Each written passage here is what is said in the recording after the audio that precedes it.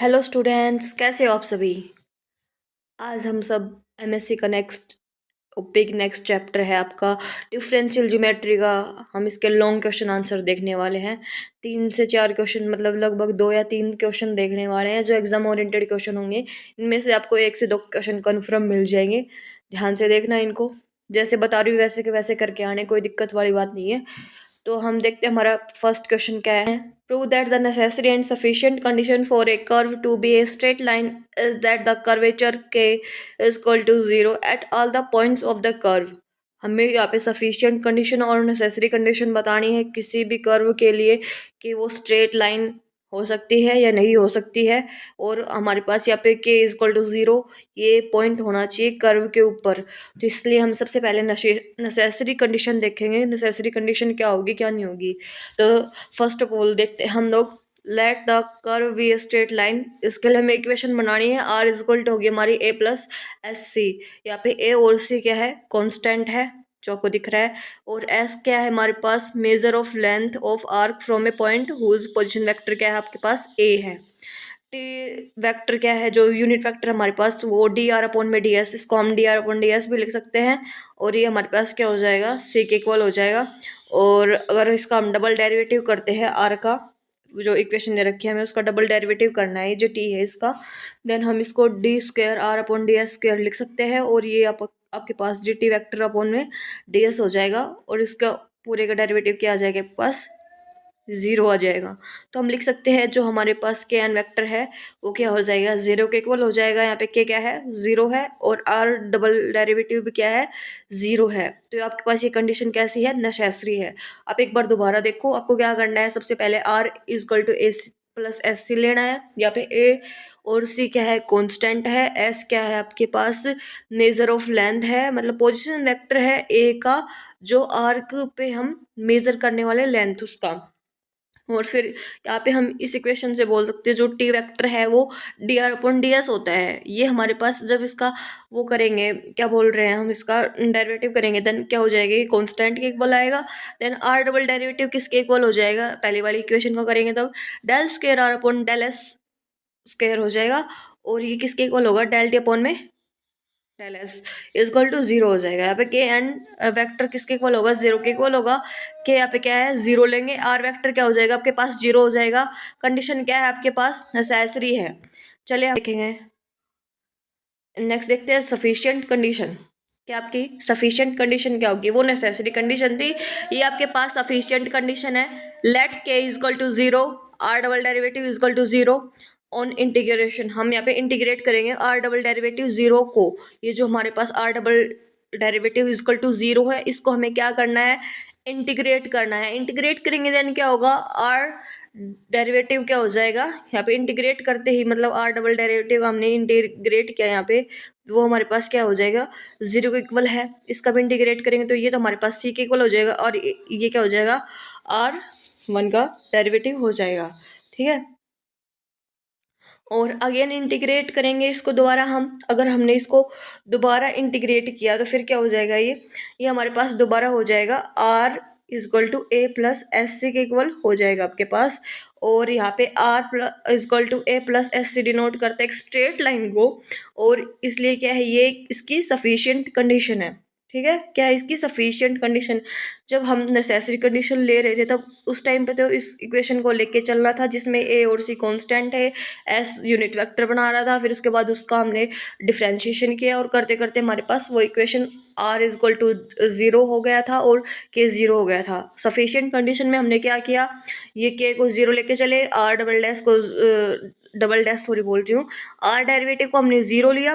तो इंटीग्रेट करने के बाद हमारे पास क्या हुआ, आर का डेरिवेटिव क्या आया हमारे पास, सी आया। इंटीग्रेट किया और फिर दोबारा इसका हमने इंटीग्रेशन किया तो आपके पास आर क्या आया, ए प्लस एस से इक्वल आया। तो हमारे पास R is equal to S plus A C किसके इक्वल हो गया, ये जो R is equal to A plus S C है, ये आपके पास किसको डिनोट कर रहा है, स्ट्रेट लाइन को डिनोट कर रहा है। तो ये हमारे पास क्या है, सफिशिएंट कंडीशन है। चलिए हम आगे देखते हैं। बस हमारे पास अब अगला क्वेश्चन आपके पास, if the tangent and the binormal of a point of a curve makes angles q f respectively with a fixed direction. prove that।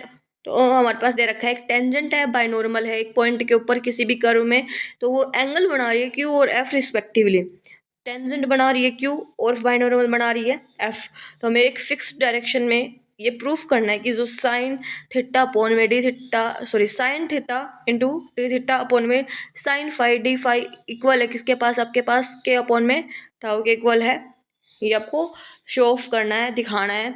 हमारे पास सबसे पहले क्या दे रखा है, let A vector is equal to unit vector in fixed direction. ये आपके पास क्या दे रखा है, ए वेक्टर क्या है आपका, यूनिट वेक्टर है फिक्स्ड डायरेक्शन में। कोस थीटा इक्वल टू हो जाएगा आपके पास ए वेक्टर, क्या हो जाएगा, ए वेक्टर का ए वेक्टर प्रोडक्ट इंटू में T vector. Cos phi equal हो जाएगा आपके पास A vector into B vector.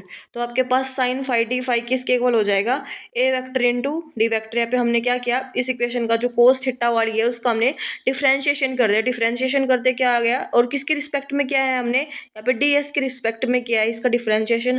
तो आपके पास आ जाएगा माइनस साइन फाई अपॉन में डी फाई अपॉन में D S equal to sine minus sine D theta आया और डी थीटा अपॉन में डी एस आया इक्वल टू किसके आया है, ए वेक्टर का टी वेक्टर का डॉट आएगा। और ये किसके इक्वल हो जाएगा, A vector dot K N vector. यहाँ पे के किसके इक्वल हो जाएगा, A vector dot N vector के इक्वल हो जाएगा। अगेन हम दोबारा हम जो equation cos phi plus cos phi equal to A vector into B vector ले रहे थे, जो सेकंड इक्वेशन थी, उसको हम दोबारा डीएस के अकॉर्डिंग क्या करेंगे, डीएस के अकॉर्डिंग हम लेंगे इसका डेरिवेटिव करेंगे। तो इसमें क्या हो जाएगा आपका, आपके पास होगा ये, इसका चेंज करेंगे तो minus sine five D five upon D S आ जाएगा, और इसका क्या हो जाएगा, ए वेक्टर बी वेक्टर हो जाएगा। एज इट इज रहने वाला है, कॉन्स्टेंट है। देन आगे देखेंगे हमारे पास क्या होगा, ए वेक्टर किसके इक्वल हो जाएगा आपके पास, plus minus tau N vector के बराबर हो जाएगा। और ये फिर आपके पास टाउ बाहर ले लेंगे, ए वेक्टर डॉट एन वेक्टर के बाहर के इक्वल आ जाएगा। अब हम फर्स्ट और सेकंड इक्वेशन के थ्रू एक इक्वेशन बनाएंगे जिसमें इसको हमें अबो लेना है, इसको हमें बिलो लेना है। तो अबो लेंगे तो minus sine phi sine theta D theta upon में डी एस है, और अपॉन में आपके पास है minus sine phi D five upon D S equal to है हमारे पास जो इक्वेशन का एक तो पहला पार्ट ये था, सेकंड पार्ट ये टाउ वाला था। तो हम के को इक्वल लेके चलेंगे तो ए वेक्टर डॉट एन वेक्टर आ जाएगा, इसका अपॉन में करेंगे तो टाउ आपके पास A vector into N vector हो जाएगा। तो यहाँ पे हम इसको सोल्व करेंगे, देन सिंप्लीफिकेशन करेंगे, तब हमारे पास आएगा sine theta upon sine theta D theta upon में sine phi D phi equal to आपके पास हो जाएगा क्या, के अपॉन में टाउ। और यही हमको प्रूफ करना था, क्या करना था, प्रूफ करना था। आपको ऐसे ही चीज़ करनी है, ठीक है। अब हम देखते हैं हमारा अगला क्वेश्चन क्या है, हमें आगे प्रूफ करना है, क्या क्या प्रूव करना है, प्रूव दैट एक्स का जो ट्रिपल डेरिवेटिव है उसका स्क्वायर है, एक्स का ट्रिपल डेरिवेटिव करना है, उसका स्क्वायर प्लस वाई का ट्रिपल डेरिवेटिव का स्क्वायर प्लस जेड का ट्रिपल डेरिवेटिव का स्क्वायर इक्वल टू किसके इक्वल होना चाहिए, 1 upon rho square sigma square.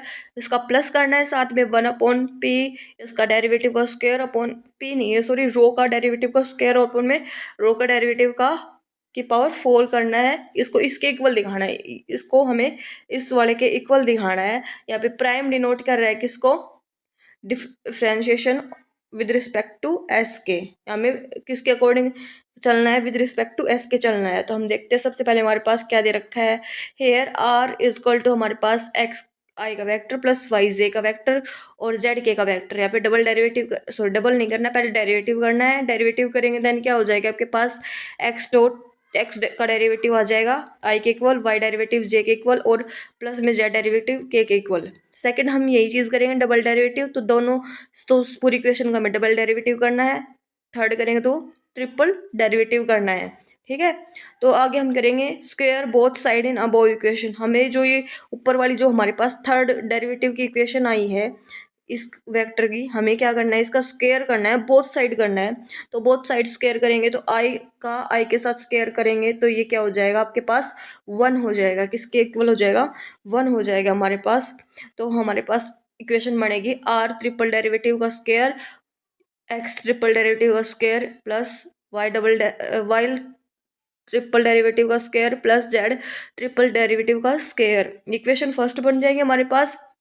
अब क्या करना है हमें, आर वे आर वेक्टर के डेरिवेटिव को हमें क्या लेना है, टी वेक्टर के बराबर लेना है। साथ में हमें क्या करना है, ये टी जो हमने ये साइन बना रखा है ये यूनिट वेक्टर के इक्वल है, तो टी यहाँ पे क्या है आपकी यूनिट वेक्टर है। अगर मैं नावे बोलूँ तो आप समझ लेना। और ये जो साइन दिखा रहे हैं आपके पास वेक्टर का साइन है, तो आर किसके इक्वल हो जाएगा, टी वेक्टर के इक्वल हो जाएगा। आर डबल डेरिवेटिव है, आर डबल डेरिवेटिव है, ये किसके इक्वल होगा, टी का, टी का, टी वेक्टर का एक डेरिवेटिव करेंगे तब उसके इक्वल होगा। तो ये किसके इक्वल लेंगे, जो यहाँ पे जो हमारे पास टी एन है, जो हमारे पास टी एन आ रहा है, इसको हमें क्या किसके इक्वल लेना है, देखो यहाँ पे दे रखा है टी वेक्टर है, ये किसके इक्वल हो गया, ये आपके पास इक्वल हो गया के एन वेक्टर के इक्वल हो गया। और ये हमारे पास इक्वल हो गया एन वेक्टर अपॉन में पी के इक्वल हो गया। तो आगे सोल्व करेंगे। यहाँ पे हमारे पास जो आर डबल एन है, यहाँ पे हमने एन डबल डेरिवेटिव किया है, इसका पी है, इसको प्लस करना साथ में पी वन के साथ अपॉन में पी पी है नहीं है सॉरी रो है, रो को स्क्वायर के साथ लेके चलना है इसको। तो ये हो जाएगा आपके पास। आगे क्या करेंगे, ये हमारे पास ये इक्वेशन सोल्व करेंगे तो हमारे पास ये आएगा 1/रो² टी का वेक्टर प्लस में 1/रो सिग्मा, और इसका बी वेक्टर लेना है, माइनस में हमें दोबारा क्या करना है P1/रो1 अपॉन में रो2 और एन का वेक्टर ये माइनस में हमारे पास ये हो जाएगा। आगे देखते हैं हम क्या होगा हमारे पास, ये आगे इक्वेशन बन जाएगी आर ट्रिपल डेरिवेटिव का स्क्वायर हमारे पास आ जाएगा 1/रो की पावर 4 प्लस में 1/सिग्मा² और पी स्क्वायर के इक्वल। और हमारे पास ये रो 1/रो की पावर 2 के इक्वल हो जाएगी। इक्वेशन 9 बनेगी। हम फ्रॉम इक्वेशन 1 एंड 2 के साथ सोल्व करेंगे तो हमारे पास आपके पास क्या बन के आ जाएगा, एक्स का ट्रिपल डेरिवेटिव का स्क्वायर प्लस वाई का ट्रिपल डेरिवेटिव का स्क्वायर और जेड का ट्रिपल डेरिवेटिव का स्क्वायर आ जाएगा। और ये आपके पास इक्वल आ जाएगा, जो आपकी इक्वेशन ऊपर दे रखी है हमारे पास वही सोल्व करने पर आ जाएगा। यही आपका क्या था, प्रूफ था। ओके, आगे देखते हैं हम। अगला क्वेश्चन हमारे पास,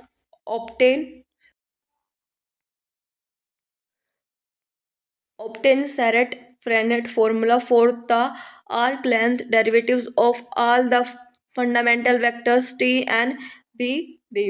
तो हमारे पास हमें सेरेट फॉर्मूला निकालना है। क्या निकालना है, सेरेट फॉर्मूला निकालना है। और सेरेट फॉर्मूला भी हमें किसके बेसिस पर निकालना है, नीचे देखेंगे, जो arc length derivative of the fundamental vectors T and B. तो ये हमें पहला हमें प्रूफ करना है कि डी टी वेक्टर अपॉन में D S equal to K N vector के इक्वल है एन यूनिट वेक्टर के। और सेकंड क्या करना है, D B upon D S equal to tau N vector है, और D N upon D S equal to है हमारे पास tau P vector minus k T का वेक्टर है। सबसे पहले प्रूफ करेंगे हम पहले वाला। तो हमें सबसे पहले क्या लेना है, टी इंटू टी, टी का यूनिट वेक्टर इंटू टी का यूनिट वेक्टर किसके इक्वल हो जाएगा, टी के स्क्वायर के इक्वल हो जाएगा। और स्क्वायर करते हुए किसके इक्वल होगा, आपके पास 1 के बराबर आ जाएगा।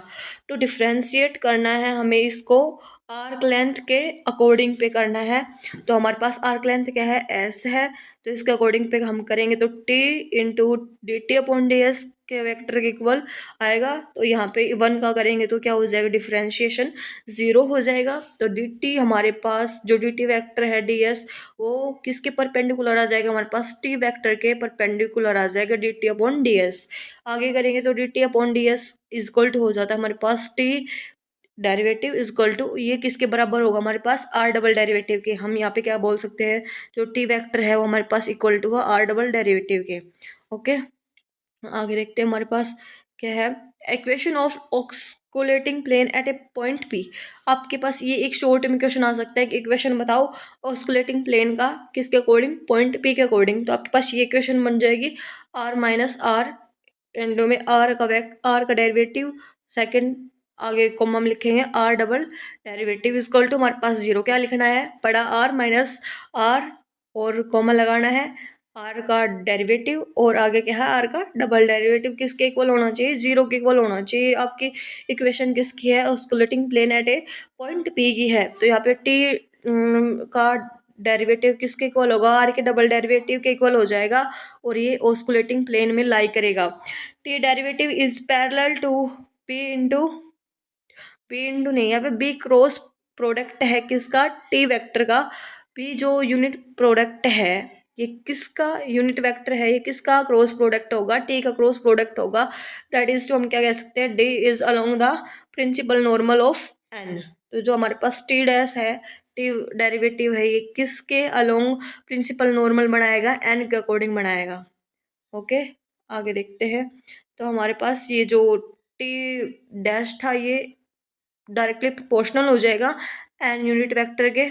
तो हम यहाँ पे कह सकते हैं कि D T upon D S किसके इक्वल हो जाएगा, टी वेक्टर के टी डेरिवेटिव के इक्वल हो जाएगा। D T upon D S है वो किसके इक्वल हो जाएगा, टी डेरिवेटिव के हो जाएगा। और इसको हम प्लस माइनस में के इंटू एन यूनिट वेक्टर के बराबर भी लिख सकते हैं। हम साइन कन्वेंशन के थ्रू यहाँ पे टी डैश वो के एन के इक्वल लेंगे।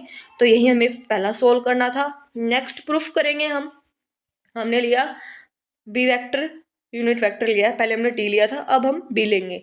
तो दोनों का हम जो बी है उसका हम स्क्वायर यूनिट करेंगे तो हमारे पास क्या आ जाएगा, 1 आ जाएगा।